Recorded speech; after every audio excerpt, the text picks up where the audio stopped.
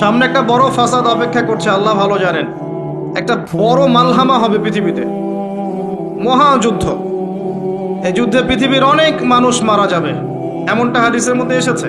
কে জানে, আল্লাহ ভালো জানেন এটা কবে হবে, কত সালে, কিভাবে হবে। এমন হতেও পারে এটাই সেই পারমাণবিক যুদ্ধের সূচনা, আল্লাহু আলাম। কারণ তারা শুরু করেছিল চাইনকে কেন্দ্র করে, সেখানে পারে নাই। কেন্দ্র করে চেষ্টা করেছে একটা মহাযুদ্ধ লাগানোর, পারে নাই। সিরিয়াকে কেন্দ্র করে প্রায় হয়েই গিয়েছিল, এখানে অনেকগুলো দেশ ইনভলভ হয়ে গিয়েছিল, কিন্তু নিউক্লিয়ার যুদ্ধ পর্যন্ত যায়নি।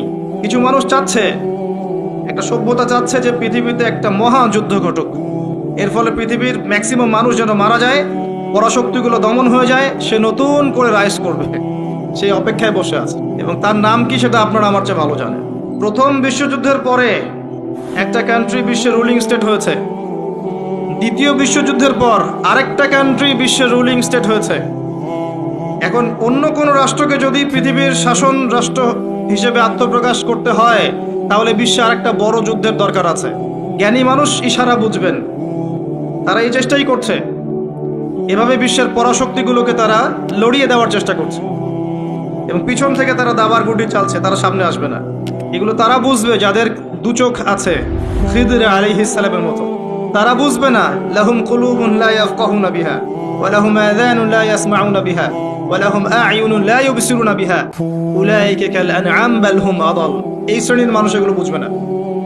আল্লাহ সুবহানাহু ওয়া তাআলা পবিত্র কুরআনুল কারীমের মধ্যে একটা সংক্ষিপ্ত এবং সারগর্ভ সূরা নাজিল করেছেন, তার নাম সূরাতুল আসর।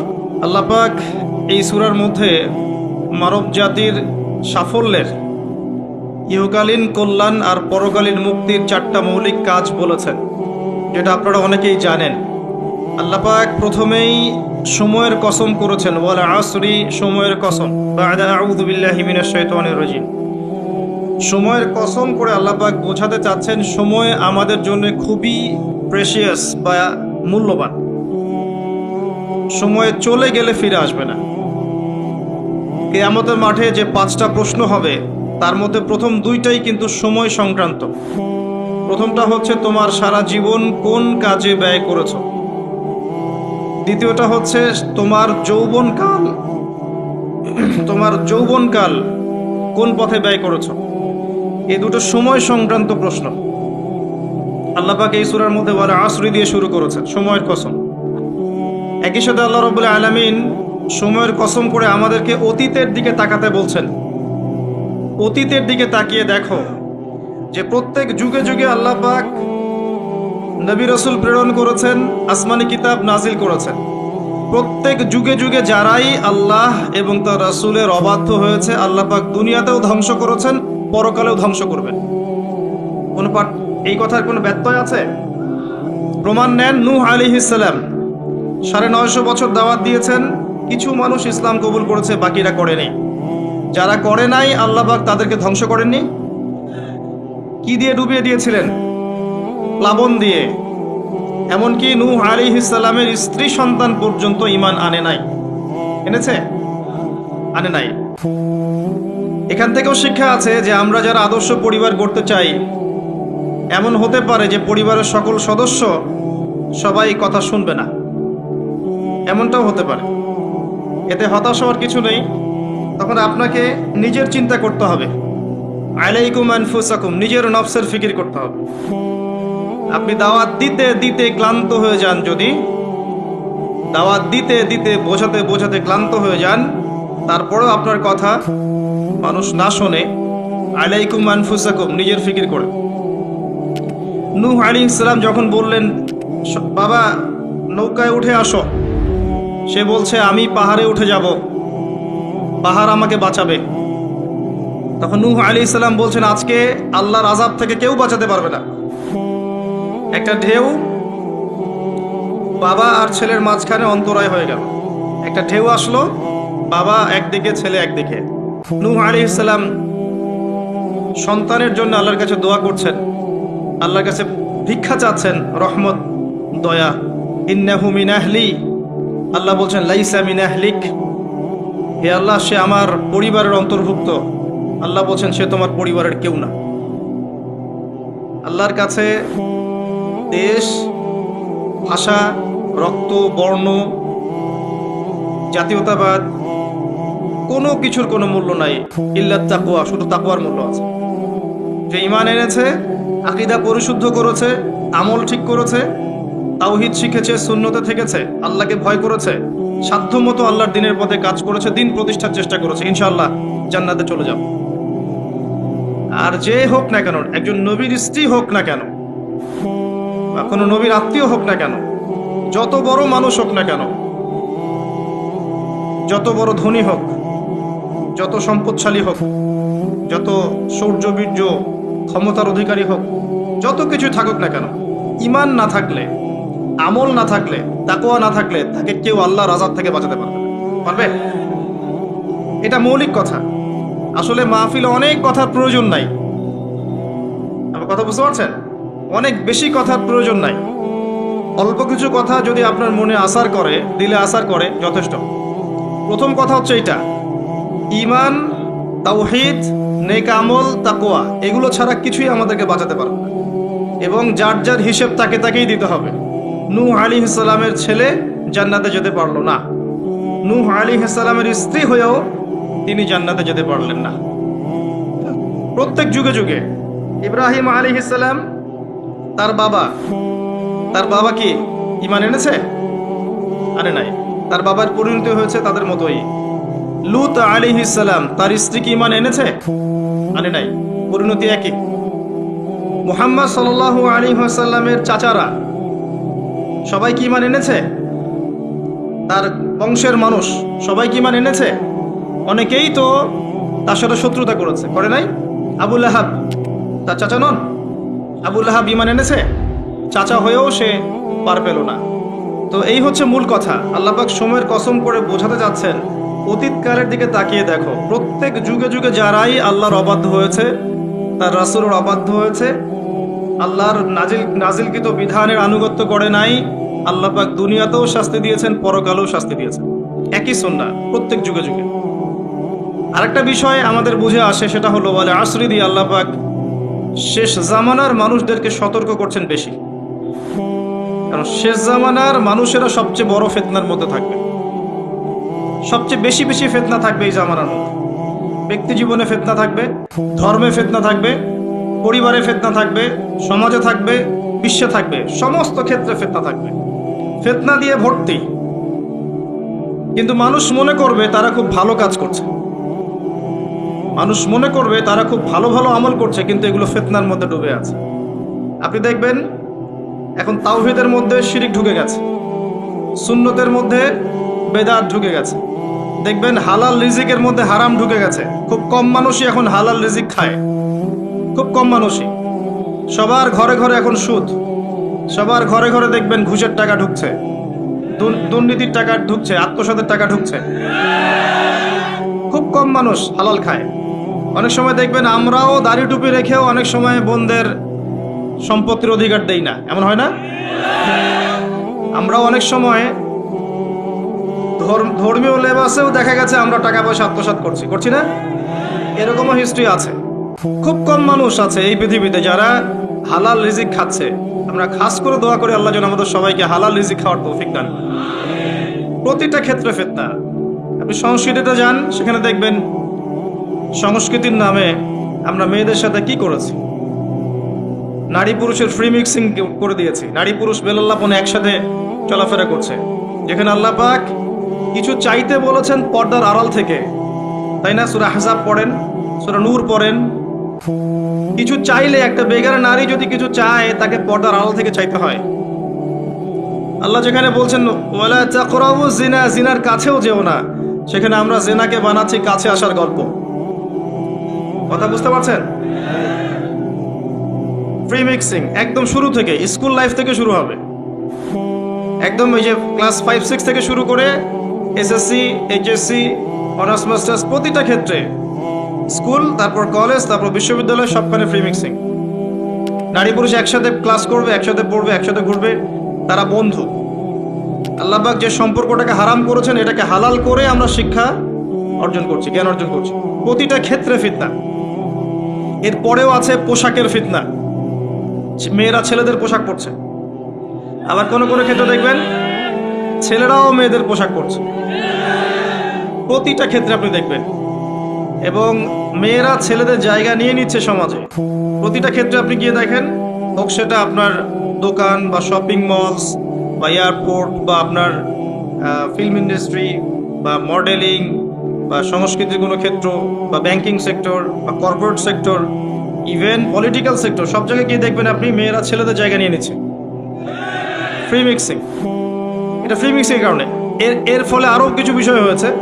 এর ফলে দেখবেন আপনি জেনা বাড়বে, পরকীয়া বাড়বে, ব্যভিচার বাড়বে, টিজিং বাড়বে, এবং কোনো কোনো ক্ষেত্রে দেখবেন পরিবারের কাঠামো ভেঙে যাবে, ধর্ষণ বাড়বে। এর উপরেও আছে আপনার এই যে নগ্ন ফিল্মস, এই ফিল্মসগুলো দেখার মধ্য দিয়ে এবং গোপনে গোপনে এই পাপের সংস্কৃতিতে লিপ্ত থাকার মধ্য দিয়ে মানুষ ভিতর থেকে পশু হয়ে যাচ্ছে। প্রতিটা ক্ষেত্রে, অর্থনীতি বলেন, সংস্কৃতি বলেন, আপনার পরিবারের দিকে তাকিয়ে দেখেন, ফিতনায় ভর্তি, পরিপূর্ণ। পরিবারের কর্তারা এখন ইব্রাহিমের মতো নয়। পরিবারের সন্তান সন্ততি কোরআন সুন্নাহ বোঝে না, ওযুর ফরজ বোঝে না, নামাজ কালাম ঠিক মতো পড়ে না। পরিবারের মেয়েরা দেখবেন পর্দা করে না। পরিবারে তালিম নাই, হৃদ্যতা, ভালোবাসা নাই, ইল্লা মাশা আল্লাহ। এর বাইরে আল্লাহর কিছু বান্দা আছেন, তাদের কথা ভিন্ন। ম্যাক্সিমাম পরিবারের অবস্থা, পরিবারের উপার্জনে ঠিক নাই, কোন পথে টাকা ঢুকছে পরিবারে ঠিক নাই, ঢুকলেই হলো, হালাল হোক আর হারাম হোক, এই হচ্ছে আমাদের টার্গেট। এনিহাও যে কোনোভাবে আমাকে একটা জমি কিনতে হবে, বাড়ি করতে হবে, গাড়ি করতে হবে, স্ট্যাটাস বাড়াতে হবে, যেভাবেই হোক আমাকে এগুলো অর্জন করতে হবে। এই হচ্ছে আমাদের জীবনের উদ্দেশ্য। এখন ওয়ার্ল্ড অ্যাফেয়ার্সে গিয়ে তাকিয়ে দেখেন, যে ইন্নাল ইনসানা লাফি খুসর, মানুষ অবশ্যই ক্ষতির মধ্যে আছে। আল্লাহ পাক বলেছেন, এই পৃথিবীতে মানুষের ক্ষতি দুই রকম হয়, ইহকালীন এবং পরকালীন। দুনিয়াতে যত করাপশন বা দুর্নীতি, এর মূল কেন্দ্র হচ্ছে মানুষ। প্রতিটা ক্ষেত্রে মানুষ ফিতনা ফাসাদ সৃষ্টি করেছে। আল্লাহ এই কথাটা বলেছেন, যাহারাল ফাসাদু ফিল বাররি ওয়াল বাহরি বিমা কাসাবাত আইদিন নাস। জলে স্থলে যত বিপর্যয় ছড়িয়ে পড়েছে, এটা মানুষের হাতের কামাই, মানুষের হাতের কামাই। এমনকি আমরা পরিবেশটাকেও নষ্ট করে ফেলেছি, আবহাওয়াকে নষ্ট করে ফেলেছি, জলবায়ু নষ্ট করে ফেলেছি, পানির স্তর নিচে নামিয়ে দিচ্ছি, অপচয় করেছি। কোনো সেক্টর বাকি রাখি নাই ফাসাদ সৃষ্টি করতে। সামনে একটা বড় ফাসাদ অপেক্ষা করছে, আল্লাহ ভালো জানেন। একটা বড় মালহামা হবে পৃথিবীতে, মহাযুদ্ধ। এই যুদ্ধে পৃথিবীর অনেক মানুষ মারা যাবে, এমনটা হাদিসের মধ্যে এসেছে। কে জানে, আল্লাহ ভালো জানেন এটা কবে হবে, কত সালে, কিভাবে হবে, আল্লাহ ভালো জানেন। এমন হতেও পারে এটাই সেই পারমাণবিক যুদ্ধের সূচনা, আল্লাহু আলাম। কারণ তারা শুরু করেছিল প্যালেস্টাইনকে কেন্দ্র করে, সেখানে পারে নাই। সিরিয়াকে কেন্দ্র করে চেষ্টা করেছে একটা মহাযুদ্ধ লাগানোর, পারে নাই।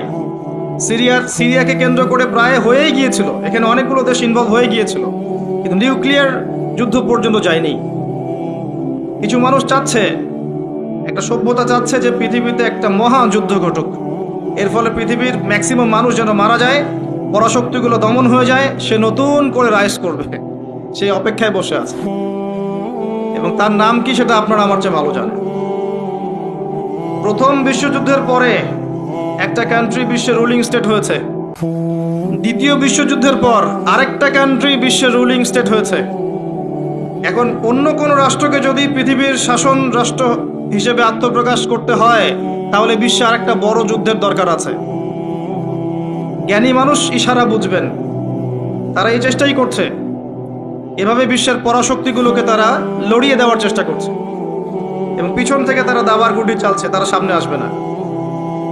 এগুলো তারা বুঝবে যাদের দু চোখ আছে, খিদর আলাইহিস সালামের মতো। তারা বুঝবে না, লাহুম কুলুবুন লা ইয়াফকাহুনা বিহা ওয়া লাহুম আযানুন লা ইয়াসমাউনা বিহা ওয়া লাহুম আ'য়ুনুন লা ইউবসিরুনা বিহা উলাইকা কাল আনআম বাল হুম আদাল। এই শ্রেণীর মানুষ এগুলো বুঝবে না। তো পৃথিবীর প্রতিটা ক্ষেত্রে ফাসাদ মানুষ সৃষ্টি করেছে, আর মানুষের জন্য এই পৃথিবীর ক্ষতি অপেক্ষা করছে, পরকালীন ক্ষতি অপেক্ষা করছে। মানুষ বুঝতে পারছে না যে এর ফলে কি হতে পারে। মেডিসিন বন্ধ হয়ে যেতে পারে, পরিবেশের মধ্যে অক্সিজেনের লেভেল কমে যাবে, ফ্রেশ বাতাস পাবে না মানুষ, ফ্রেশ খাবার পাবে না, ইকোনমি পড়ে যাবে, তেলের দাম বেড়ে যাবে, প্রেশিয়াস জিনিস পাবেন না, নিত্য প্রয়োজনীয় জিনিসের দাম বেড়ে যাবে। এক নিউক্লিয়ার ওয়েপেন্সগুলো ওই জাপানের হিরোশিমা নাগাসাকির মতো নয়, এখনকারগুলো আরো অনেক শক্তিশালী। একটা বোমা একটা রাষ্ট্রকে উড়িয়ে দেওয়ার জন্য যথেষ্ট। মানুষ কঙ্কাল ছাই হয়ে যাবে, কিচ্ছু করতে পারবে না। আর যেসব রাষ্ট্রের এই ক্ষেপণাস্ত্র প্রতিরক্ষা ব্যবস্থা নাই, তাদের অবস্থা তো আরো অবস্থা খারাপ। কথা বুঝতে পারছেন না? ক্ষেপণাস্ত্র প্রতিরক্ষা ব্যবস্থা থাকে, কেউ যদি মিসাইল ছোড়ে সেটাকে আকাশেই ধ্বংস করা যায়। সেই প্রতিরক্ষা ব্যবস্থা যাদের নাই, তাদের কি অবস্থা হবে চিন্তা করতে পারে। এই মালহামায় মুসলিমরাও জড়িয়ে যাবে, কারণ বিশ্ব এখন একটা, যেটা আমরা বলি যে গ্রামের মতো, ভিলেজ, একটা ওয়ার্ল্ড ভিলেজ, বিশ্ব একটা গ্রামের মতো হয়ে গেছে এখন। একদিকে ঢিল পড়লে আর একদিকের প্রভাব পড়বে, তাই পুরো বিশ্ব একটা পরিবারের মতো হয়ে গেছে। একদিকে সমস্যা সৃষ্টি হলে সমস্ত বিষয়ের দিকে ইফেক্ট হবে, প্রত্যেকটা রাষ্ট্র ইফেক্টেড হবে। তো কেউই আমরা ক্ষতি থেকে মুক্ত নই, না দুনিয়ার ক্ষতি না পরকালে। আর পরকালের ক্ষতি তো আপনারা আমার চেয়ে ভালো জানেন। মানুষের জন্য অপেক্ষা করছে পরকালের সওয়াল জবাব, কবরের আযাব, মিজান, ফুলসিরাত, জান্নাত জাহান্নাম। ইন্নাল ইনসানা লাফি খুসর। তারপরেও মনে হয় আমাদের চালচলন দেখলে যে ক্ষতি আমাদেরকে স্পর্শ করবে না। আমাদের ব্যাপারটা অনেকটা এমন যে আরে অন্যদিকে কি হয় হোক, আমি তো ভালো আছি। যখন সবকিছু নষ্ট হয়ে যায় তখন নিজেও ভালো থাকা যায় না। থাকা যায়? যখন সবকিছু নষ্ট হয়ে যায় তখন নিজেও আর ভালো থাকা যায় না। তো আমাদের ভাগ্যেও ক্ষতি অপেক্ষা করছে, এটা সময়ের ব্যাপার মাত্র। এখনো যদি আমরা সচেতন না হই, নিজেদের ফিউচারের চিন্তা না করি, নিজেদের আমল, আকীদা, পরিবার, রিজিক এগুলোকে না গুছিয়ে নেই, তাহলে সমস্যা আছে। আমরা কি সমস্যায় পড়তে চাই? আল্লাহ পাক আমাদের সবার আকীদাকে পরিশুদ্ধ করুন, আমিন। বেশি থেকে বেশি নেক আমল করার তৌফিক দান করুন, আমিন। আমাদের পরিবারগুলোকে আল্লাহ পাক জান্নাতি পরিবার রূপে কবুল করে নিন, আমিন। সবাইকে আল্লাহ পাক হালাল রিজিকের ব্যবস্থা করে দিন। দিন ইসলামকে প্রতিষ্ঠা করার তৌফিক আল্লাহ পাক আমাদেরকে দান করুন। এবার আসেন, আল্লাহ 4টা কাজের কথা বলেছেন এই সূরার মধ্যে। ইল্লাল্লাযীনা আমানু ওয়া আমিলুস সলিহাত ওয়া তাওয়াসাউ বিল হক ওয়া তাওয়াসাউ বিস সাবর। এই 4টা কাজ যে মুমিনরা করতে পারবে, মুসলিমরা করতে পারবে, আল্লাহ পাক তাদেরকে ফিতনা থেকে বাঁচিয়ে রাখবেন ইনশাআল্লাহ তাআলা। 1 নম্বর কাজ ঈমান। ঈমানের পিলার কয়টা? 3টা? 6টা? কয়টা? ইসলামের পিলার 5টা, ঈমানের পিলার কয়টা? 6টা। আল্লাহর প্রতি বিশ্বাস 1 নাম্বার, ফেরেশতাগণের প্রতি বিশ্বাস 2 নাম্বার, 3 নাম্বার আসমানি কিতাব সমূহে বিশ্বাস, 4 নাম্বার নবী রসুলগণে বিশ্বাস, 5 নাম্বার পরকালে বিশ্বাস, ওয়াল ইয়াউমিল আখির, পরকালে বিশ্বাস, আর 6 নাম্বার হচ্ছে তাকদীর বা ভাগ্যের ভালো মন্দের প্রতি বিশ্বাস। এগুলোকে 3টা কাজ করতে হয়।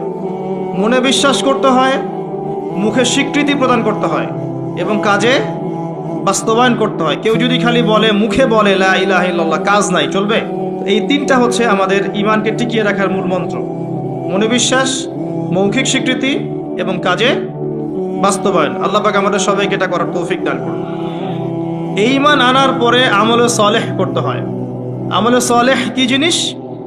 সহজ কথায় বলছি, কোরআন এবং সুন্নায়, কোরআন এবং হাদিসে আল্লাহ এবং তার রাসূল সাল্লাল্লাহু আলাইহি ওয়াসাল্লাম যতগুলো কাজ করতে বলেছেন সেগুলো করা হচ্ছে আমলে সালেহ। এবং কোরআন এবং সুন্নায় আল্লাহ এবং তার রাসূল যত বিষয় থেকে নিষেধ করেছেন সেগুলো থেকে দূরে থাকাও হচ্ছে আমলে সালেহ। কথা কি বোঝা যায়? যেমন আল্লাহ পাক সালাত আদায় করতে বলেছেন 5 ওয়াক্ত, আদায় করি তো আমরা, এটা আমলে সালেহ। আল্লাহ পাক যাকাত দিতে বলেছেন, নেশাব পরিমাণ সম্পত্তি হলে যাকাত দেই তো আমরা, এটা আমলে সালেহ। দেখছেন ভয়েস কমে গেছে। যাকাত সবাই দেন? সবাই যাকাত দেয় না। সবাই যদি যাকাত দিত, বাংলাদেশের যাদের যাকাত ফরজ হয়েছে এরা যদি সবাই ঠিকঠাক যাকাত দিত, অথবা যাকাত আদায় করা যেত সবার কাছ থেকে, বাংলাদেশের একটা মানুষ না খেয়ে মারা যেত না। চ্যালেঞ্জ করলাম, একটা মানুষও না, ইনশাআল্লাহ তাআলা, ইনশাআল্লাহ তাআলা। এবং ওই চায়না, রাশিয়া যে বড় বড় প্রকল্পগুলো করে, ওর চেয়ে বড় প্রকল্প আমরা করতে পারতাম ইনশাআল্লাহ। আমাদের সম্পদের অভাব হতো না। আমরাই তো যাকাত দেই না, আমরাই তো ট্যাক্স দেই না, কর দেই না, আমরাই তো ফাঁকিবাজি করি, দুর্নীতি করি, আমরাই আমাদের সম্পদ লুটে পুটে খাই।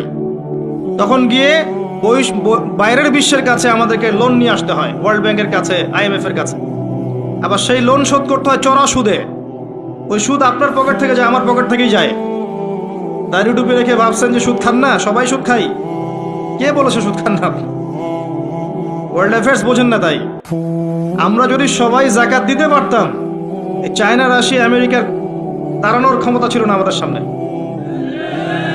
প্রতিটা সেক্টরে আমরা উন্নতি করতে পারতাম, শুধুমাত্র ইকোনমিক সেক্টরে না, সমরাস্ত্র ক্ষেত্রে, মিলিটারি ক্ষেত্রে, অস্ত্রশস্ত্রের ক্ষেত্রে, প্রযুক্তির ক্ষেত্রে, প্রত্যেকটা সেক্টরে বাংলাদেশ হতো সুপার পাওয়ার ইনশাআল্লাহ। এটা সম্ভব ছিল, আমরা করতে দেইনি। বিকজ আমরা আমাদের যাকাত দেইনি, আমরা আমাদের অর্থনীতিকে সমৃদ্ধ করার চেষ্টা করি নাই। একটা জাতির অর্থনীতি একটা বেসিক জিনিস। ইকোনমিক সেক্টর যদি ডেভেলপ না হয়, আপনি যতই তাকবীর মারেন, নারায়ে তাকবীর, আল্লাহু আকবার, কিছু করতে পারবেন না। এটা বাস্তবতা। শুধু আইওয়াস শোডাউন করে লাভ নাই তো, প্র্যাকটিক্যাল হন। আমাদের মাথা পিছু আয় কত, জীবনযাত্রার মান কেমন, অনেক কষ্ট করা হয় এই সেক্টরে। এখন একটা লেভেলে এসেছে, এটা সত্য কথা, যে এখন এই সময় একটা লেভেলে এসেছে যে জীবনযাত্রার মান কিছুটা উন্নত হয়েছে। এটা সত্য কথা, আগের চেয়ে উন্নত হয়েছে। কিন্তু অনেক সেক্টর পড়ে আছে যেখানে আমরা কিছু করতে পারছি না, যেমন প্রযুক্তি খাত, সমরাস্ত্র ক্ষেত্র, অস্ত্রশস্ত্র, মিলিটারি সায়েন্স। অনেক ক্ষেত্র আছে যেখানে আমরা ওদের মতো করতে পারিনি, কারণ আমাদের ইকোনমিক বেসটা দুর্বল। আমাদেরকে ওদের সুদ নিতে হচ্ছে, ওদের কাছ থেকে দান নিতে হচ্ছে, এবং ওরা শুধু এমনি এমনি আমাদেরকে হেল্প করতে চায় না, ওরা ওদের স্বার্থ বজায় রেখেই আমাদেরকে হেল্প করতে চায়। যে উপকার করতে চায়, টাকার ঝুলি নিয়ে, বাস্কেট অফ মানি নিয়ে সামনে আসে, এমনি এমনি আসে না। ওরা ওদের স্বার্থ বুঝে শুনে এটা করতে চায়। চড়া সুদ নিবে তারা, এবং এগুলো সুদ দিতে দিতে আমাদের অবস্থা খারাপ হয়ে যায়। যাকাত দেন প্রিয় ভাইরা, যাকাত দেন। যাকাত আপনার ইকোনমিক সেকশনটাকে সাম্যাবস্থায় নিয়ে আসবে, এবং যাদেরকে আল্লাহ পাক কিছু ক্ষমতা দিয়েছেন, তাদের উচিত, আমি সম্মানের সাথে বলবো, তাদের উচিত যে নিসাব পরিমাণ সম্পদ যাদের হয়েছে, মুসলিমদের অ্যাটলিস্ট, এটা তো অমুসলিমদের সাথে সম্পর্কিত না, মুসলিমদের নিসাব পরিমাণ সম্পদ যাদের হয়েছে, এই যাকাতটাকে সুষ্ঠুভাবে আদায় করার একটা সিস্টেম চালু করেন। দেখবেন ইনশাআল্লাহ তাআলা ইকোনমিক সেকশন অনেক ডেভেলপড হবে ইনশাআল্লাহ। আমরা আমাদের টাকা দিয়ে চলবো। আমাদের দেশে কি ফলে না বলেন তো? এমন কোন জিনিস আছে যেটা আমাদের দেশে ফলে না? কোন মৌলিক চাহিদা, খাদ্য, বস্ত্র, বাসস্থান, চিকিৎসা, শিক্ষা, কোন সেক্টরটাতে আমরা পিছিয়ে আছি বলেন তো? প্রতিটা জিনিস আল্লাহ পাক এই বাংলাদেশকে উজাড় করে দিয়েছেন।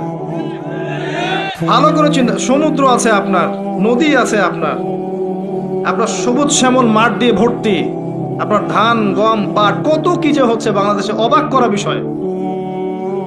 এই দেশের মাটিতে অনেক বড় বড় আল্লাহর ওলিরা এসেছিলেন, জানেন? অনেক বড় বড় দোয়া করেছেন তারা দেশের জন্য, এই জায়গার জন্য। জায়গাটা এমনি এমনি তো সুজলা সফল হয়নি।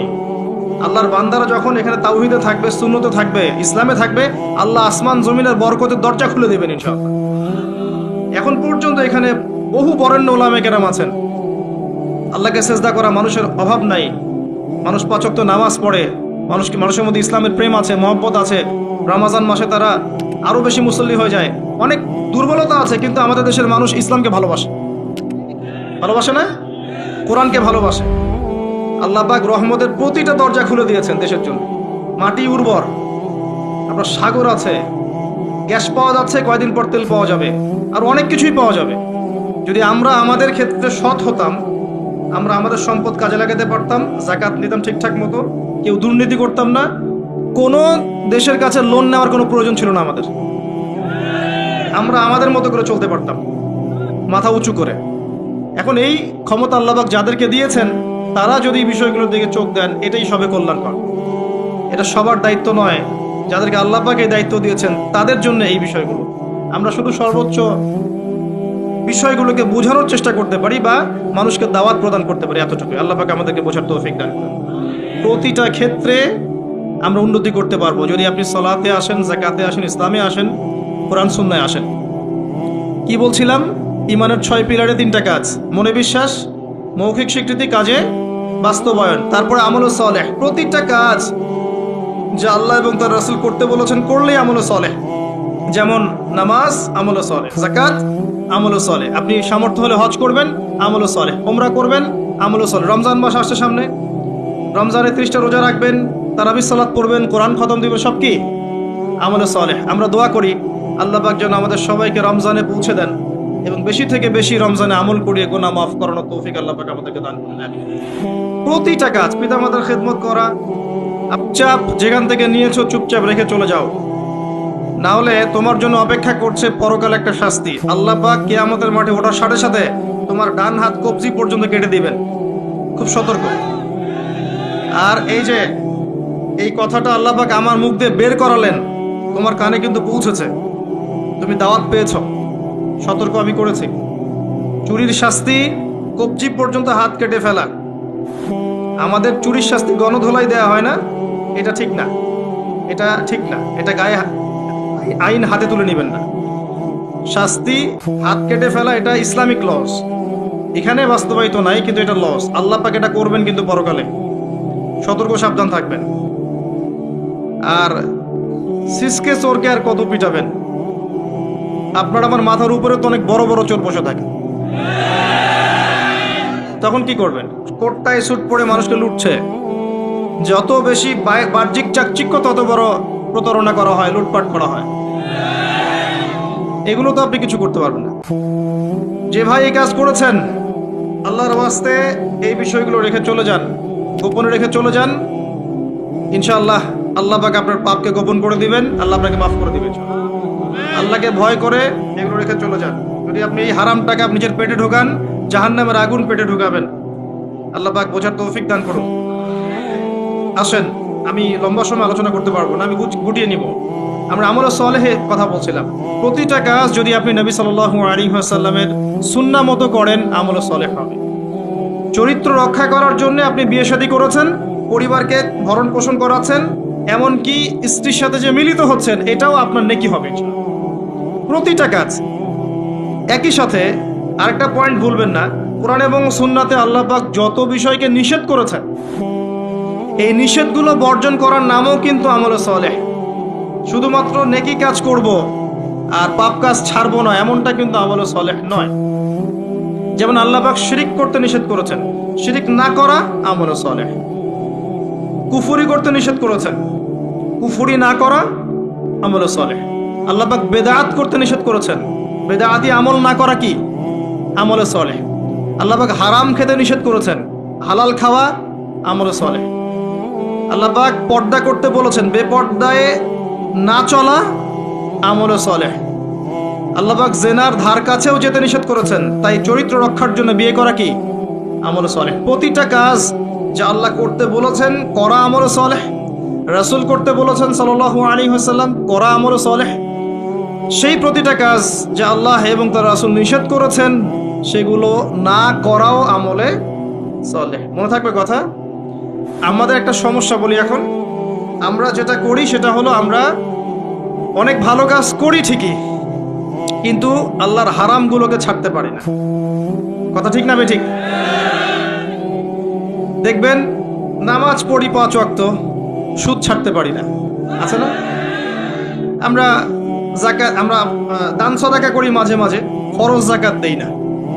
দেখবেন যে তাহাজ্জুদ পড়ছে বাবা, মেয়ে বেপর্দায় ঘুরে বেড়াচ্ছে, আছে না? বছর বছর হজ ওমরা করছি, এদিকে আল্লাহর হালালকে হারামও করছি, আল্লাহর হারামকে হালাল করছি। এই কাজগুলো আমরা করি না। আমরা অনেক সময় ভালো অনেক কাজ করি, দান সদাকা করি, নফল দান সদাকা করি, জুমার নামাজে যাই, ঈদের নামাজে যাই, হ্যাঁ, প্রতিবেশীর খোঁজ নেই, মানুষকে রক্ত দেই, চিকিৎসার জন্য কাজ করি, শিক্ষা ক্ষেত্রে কাজ করি, অনেক কিছুই করি আমরা ভালো কাজ, কিন্তু আল্লাহর নিষেধগুলো কিন্তু ছাড়ি না। আল্লাহর নিষেধটা ছাড়া সবচেয়ে বড় কথা, কারণ নেক আমল করা সহজ, আল্লাহর নিষেধ ছাড়াটা খুবই কঠিন, এটা মনে রাখবেন। নেক আমল করা সহজ, আল্লাহর জন্য কিছু ছাড়া অনেক কঠিন, অনেক কঠিন। আল্লাহ পাক আমাদেরকে ছাড়ার তৌফিক দান করুন। এরপর আল্লাহ পাক বলেছেন, ওয়াতাওয়াসাউ বিল হাক্কি ওয়াতাওয়াসাউ বিস সাবর। যারা হকের উপদেশ দেয় পরস্পরকে, একে অপরকে হকের উপদেশ দেয়। হকটা কি জিনিস? হকটা কি? এর সংজ্ঞা কে দিবে? আমি দিব না আপনি দিবেন না আল্লাহ দিবে? কার সংজ্ঞা নিবেন? হকটা কি কে বলবে, কে বুঝাবে? আল্লাহ বুঝাবেন। আল্লাহ বলছেন হকের সংজ্ঞা, সূরা কাহফ। আজকে জুমার রাত না? সূরা কাহফ অবশ্যই পড়বেন। সূরা কাহফের ফজিলত আপনাকে আল্লাহ পাক ফিতনা থেকে বাঁচাবে ইনশাআল্লাহ। এই সূরার 29 নম্বর আয়াতে গিয়ে দেখবেন আল্লাহ পাক হকের সংজ্ঞা দিয়েছেন। আল্লাহ পাক বলেছেন ওয়াকুলিল হাক্কু মির রাব্বিকুম, হক সেটাই, ভালো করে শুনেন, হক সেটাই, সত্য মিথ্যার মানদণ্ড সেটাই, ন্যায় অন্যায়ের মানদণ্ড সেটাই, জ্ঞানের মানদণ্ড সেটাই, ঠিক আছে, যেটা তোমার রবের পক্ষ থেকে নাজিল হয়। কি নাজিল হয়েছে? এখন আপনি বলেন কি নাজিল হয়েছে? যখন তাওরাত নাজিল হয়েছিল ওটাই হক ছিল, ইনজিল নাজিল হয়েছে ওটাই হক ছিল, জাবুর নাজিল হয়েছে ওটাই হক ছিল। এখন কি আছে? কোরআন এবং এর ব্যাখ্যা হাদিস। কিয়ামত পর্যন্ত কি অন্য কোনো উৎস আসবে? অন্য কোনো নবী আসবেন? আর কোনো রাসূল আসবেন? গোলাম আহমেদ কাদিয়ানী যতই বলুক, সে কি নবী হয়ে যাবে? সুবহানাল্লাহ। কিছু মানুষ এখন তাদেরকেও নবী বলে গ্রহণ করছে। আর এটা কিয়ামতের সাইন। আমি অবাক হচ্ছি না, কারণ নবী সাল্লাল্লাহু আলাইহি ওয়াসাল্লাম বলেছেন কিয়ামতের আগে 30 জন ভণ্ড নবীর আগমন ঘটবে। কতজন? তার মধ্যে 4 জন হচ্ছে মহিলা, তার মধ্যে 4 জন কে? মহিলা, বাকিরা পুরুষ। তো এই হলো অবস্থা। নবী সাল্লাল্লাহু আলাইহি ওয়াসাল্লামের ঠিক পরেই আবু বকর রাদিয়াল্লাহু আনহু যুগেও একাধিক ভণ্ড নবীর আগমন ঘটেছিল, এখনো হচ্ছে। এরপরে কিয়ামত পর্যন্ত কোন নবী আসবে? নবীর ওয়ারিশগণ থাকবেন। নবীর ওয়ারিশ কারা? উলামায়ে কেরাম, তারা নবীর ওয়ারিশ। এবং আমার নাসিহা হচ্ছে আপনি কোরআন এবং সুন্নাহটাকে তাদের সোহবতে গিয়ে পড়েন এবং বোঝেন। এটা সবচেয়ে বেশি ইম্পর্টেন্ট, কারণ কোরআন এবং সুন্নাহ তাদেরকে দেখে শিখলে আপনি ভালো শিখতে পারবেন। এবং এটা হচ্ছে সেই নববী সুন্নাহ। এখানে গিয়ে আপনি দেখতে পারেন, একজন সাধারণ মানুষ হিসেবে আপনি দেখতে পারেন যে অনেকের মাঝখানে হয়তো ইখতিলাফ আছে, ঠিক আছে, মত পার্থক্য আছে। এই মত পার্থক্যে আপনি ঢুকবেন না। তারা যদি মত পার্থক্য করে এটা তাদের উপর ছেড়ে দেন। আপনি সবাইকে সম্মান করবেন। কথা বুঝতে পারছেন? আপনি সব আলেমদেরকে সম্মান করবেন। হকপন্থী ওলামায়ে কেরাম যারা আছেন সবাইকে আপনি সম্মান করবেন। সবার সাথে আপনি সখ্যতা বজায় রাখবেন। তারা আপোষে কার সাথে কি করছে এটা আপনার দেখার দরকার নেই। কথা বুঝতে পারছেন? উদারভাবে যদি চিন্তা করেন তখন আপনি বুঝবেন যে আমরা সবাই এক এবং আমরা সবাই মুসলিম উম্মার অংশ। কেউ কারো শত্রু নই, আমরা সবাই একে অপরের ভাই। যদি কেউ আপনাকে ভাই মনে না করে, আপনি তাকে ভাই মনে করেন, ইনশাআল্লাহ ঐক্য হয়ে যাবে। আল্লাহ পাক তৌফিক দান করুন বোঝার। আরেকটা মূলনীতি আছে যা আমি চেষ্টা করি মেনে চলার, যে প্রত্যেকের মাঝে আপনি কিছু ভালো জিনিস পাবেন। যে আপনাকে দুই একটা বাজে কথা বলছে বা ভুল বুঝছে বা আপনার সমালোচনা করছে, তার মধ্যেও দেখবেন আপনি দুই একটা ভালো জিনিস আছে না? ওইটা আপনি নিয়ে নেন, ওই ভালোটুকু আপনি নেন। সে আপনাকে বকা দিয়েছে, গালি দিয়েছে বা তোহমত দিয়েছে বলে তার ভালোটা নিবেন না, এমনটা করেন না। তার ভালোটুকু আপনি নিয়ে নেন উদার মনে। আর প্রত্যেকের মধ্যে আপনি দেখবেন কিছু বিতর্কিত বিষয় আছে, খারাপ, যেটা খারাপ, এই খারাপগুলো আপনি নিবেন না, আপনি এড়িয়ে যাবেন। তখন দেখবেন আপনি সবার মাঝে একটা হৃদ্যতার বন্ধন তৈরি করতে পারবেন, অন্যথায় সম্ভব না। আর আমরা যতই ক্ষমতার দাপট দেখাই না কেন, আমরা যদি ইউনাইটেড না থাকি আমাদের কোনো মূল্য নাই বিশ্বের দরবারে। শোনেন ভাই, আল কোরআনুল কারীমকে অবমাননা করা, একজন অমুসলিম, একজন নাস্তিক বা একজন মুরতাদ কোরআনকে অবমাননা করেছে, এর চেয়ে বড় অবমাননা আমার দৃষ্টিতে এটাই যে কোরআনের একটা সরাসরি বিধানকে আমরা লঙ্ঘন করছি। আপনাকে দেখাচ্ছি আমি। আল্লাহ পাক বলেছেন ওয়া'তাসিমু বিহাবলিল্লাহি জামিআ, এটা প্রথম হুকুম। তোমরা আল্লাহর রজ্জুটা শক্ত করে ধরো, ওয়া'তাসিমু, শক্ত করে ধরো, জামিআন, ঐক্যবদ্ধভাবে, এভাবে হাতের আঙ্গুলগুলোর মধ্যে কোনো ফাঁক নাই, সেভাবে। সূরা সফ পড়ে দেখবেন, কান্নাহুম বুনিয়ানুম মারসুস, এইভাবে আল্লাহ পাক ধরতে বলেছেন, এভাবে। এটা প্রথম হুকুম। তারপরেই আবার বলেছেন ওয়ালা তাফাররাকু, এরকম হয়ে যেও না। দুটো কথা, ধরো আর বিভক্ত হয়েও না। আমরা ধরিও নাই, বিভক্ত হয়েছি। এখন আপনি বলেন যে কোরআনুল কারীমকে একজন নাস্তিক, একজন মুরতাদকে অবমাননা করেছে, ও তো জানেই না যে কোরআন কি জিনিস। এটা বড় বিষয় না আমি জেনে বুঝে এই যে আয়াতগুলো মানছি না, এটা বড় বিষয়। কার দিকে চোখ তুলবেন আপনি? কার দিকে আঙ্গুল তুলবেন? নিজের দিকে আঙ্গুল তোলেন আগে। আগে নিজেদের আখের গোছান। আমি আল্লামা তকি উসমানী হাফিজাহুল্লাহ একটা বই থেকে একটা আয়াত স্মরণ করাই। একটা আয়াতকে নিয়ে তিনি একটা বই লিখে ফেলেছেন যে ইয়া আইয়ুহাল্লাযীনা আমানু আলাইকুম আনফুসাকুম লা ইয়াদুররুকুম মান দাল্লা ইন ইহতাদাইতুম ইলাল্লাহি মারজিউকুম জামিআন ফায়ুনাব্বিউকুম বিমা কুনতুম তা'মালুন। হে মুমিনগণ, তোমরা আগে নিজেরা নিজেদের নফসকে ঠিক করো, নিজের ঘর নিজে ঠিক করো, নিজের ঘর নিজে ঠিক করো, নিজের নফস নিজে ঠিক করো। আগে নিজের দিকে আঙ্গুল তোলেন। আমাদের দুর্বলতা কোথায়? আমাদের তাওহীদের সমস্যা আছে, সুন্নতে অনেক সময় সমস্যা আছে, রিজিকের সমস্যা আছে, ঐক্য নাই, মিল মহব্বত নাই, ইউনাইটেড প্ল্যাটফর্ম নাই। অন্যের দিকে আঙ্গুল তুলতে যাবেন কি জন্য? আগে নিজে ঠিক করেন। আলাইকুম আনফুসাকুম, এখানে আমরা কোরআনের সরাসরি বিরোধিতা করেছি, লঙ্ঘন করেছি। এটা কোরআনের আরো বড় অবমাননা আমার দৃষ্টিতে।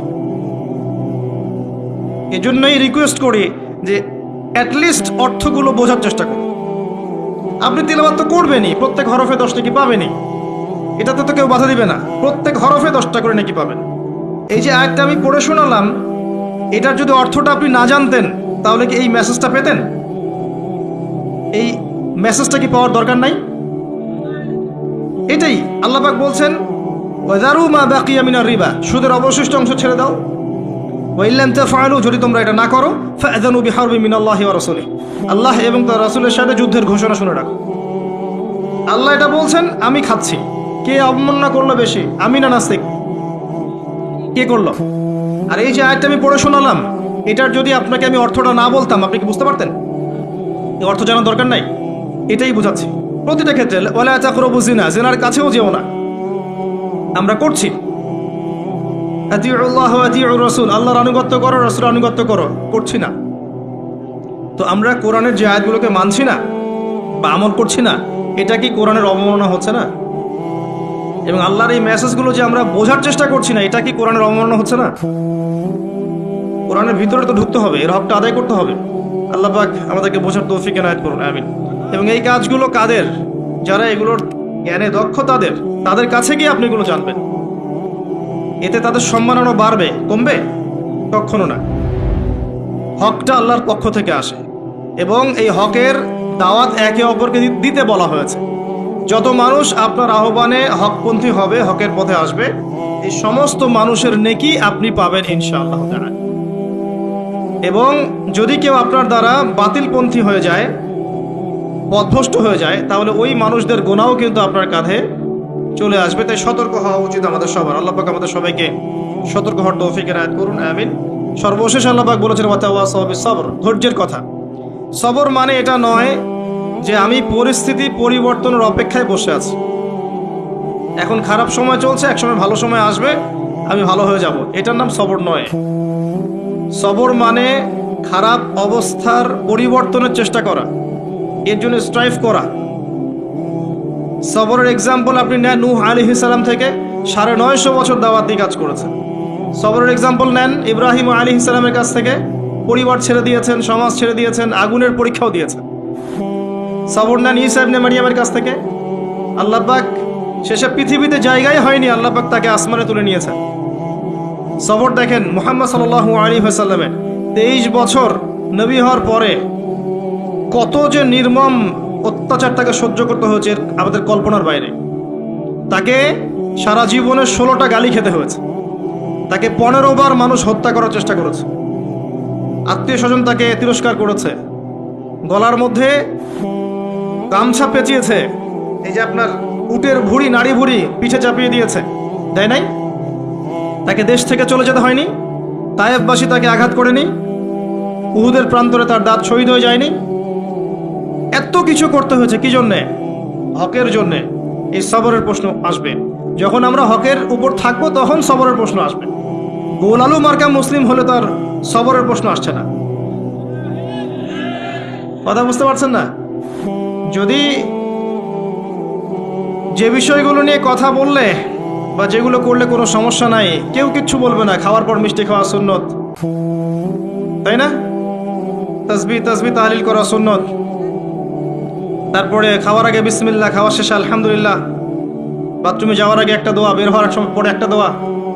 এই যে বিষয়গুলো আছে, যেগুলো ইসলামের চরম শত্রুর মুখের উপর বললেও তার কোনো সমস্যা নাই, তখন কোনো বাধার প্রশ্ন আসবে না। যখন আপনি কমপ্লিট ইসলামটাকে সমাজের সামনে উপস্থাপন করার চেষ্টা করবেন এবং এটার জন্য আপনি স্ট্রাইভ করবেন, তখন আপনার হকের পথে বাধা আসবে, তখন সবরের প্রশ্ন আসবে। এবং এই সবরের এক্সাম্পল আমরা নবীদের জীবন থেকে নিতে পারি, রাসূলুল্লাহ সাল্লাল্লাহু আলাইহি ওয়াসাল্লাম সাহাবায়ে কেরামের জীবনী থেকেও নিতে পারি।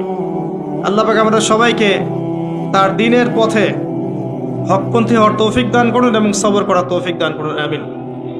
এই সূরাটা যথেষ্ট একজন মানুষের শেষ করার জন্যে, তার নফসের যত খারাপ খয়েশাত আছে এগুলোকে দমন করে আল্লাহর সান্নিধ্য লাভ করার জন্য এই একটা সূরাই যথেষ্ট। আমি অনেক লম্বা আলোচনা আজকে করলাম না, শুধুমাত্র মৌলিক কিছু কথা বলছি যে আল্লাহ পাক আমাদেরকে পরকালে উদ্ধারের জন্য এবং দুনিয়াতে সফল হওয়ার জন্য এই সূরার মধ্যে 4টা কাজের কথা বলেছেন। আমার সাথে একবার বলেন, প্রথম কাজটা কি? ঈমান। ঈমানের পিলার কয়টা? 6টা। মনে থাকবে? এই 6টাকে কি করতে হবে? মনে বিশ্বাস, মুখে স্বীকৃতি, কাজে বাস্তবায়ন। এরপরে আসবে আমলে সালেহ। আমলে সালেহ কাকে বলে? আল্লাহ এবং তার রাসূলের সমস্ত আদেশ মানা কি? আমলে সালেহ। তার সমস্ত নিষেধ বর্জন করা কি? ঈমান। আমলে সালেহের সাথে লাগবে হকের দাওয়াত। হক কোনটা? যেটা বলেন আল্লাহর পক্ষ থেকে নাজিল হয়েছে, আল্লাহর ওয়াহি। আল্লাহর ওয়াহি এখন কি? কোরআন এবং সুন্নাহ। এই কোরআন সুন্নাহকে আপনি নিজে আমল করবেন, পরিবারে আমল করাবেন, চেষ্টা করবেন সমাজে বাস্তবায়ন করার। আল্লাহ আপনাকে যেখানে সামর্থ্য দিয়েছেন সেখানে আপনি করবেন, আল্লাহ পাক তৌফিক দান। এবং এই হকের পথে চলতে গেলে আপনার বাধা আসবে, তখন আপনাকে সবরের প্রশ্ন আসবে। আমাদের এই ভিডিওটি যদি আপনার ভালো লেগে থাকে তাহলে ভিডিওতে একটি লাইক দিতে পারেন এবং আপনার প্রিয়জনদের সাথে শেয়ার করতে পারেন, এবং এইরকম আরও ভিডিও পেতে আমাদের ইউটিউব চ্যানেলটি সাবস্ক্রাইব করে পাশে থাকা বেল আইকনটি অন করে দিন।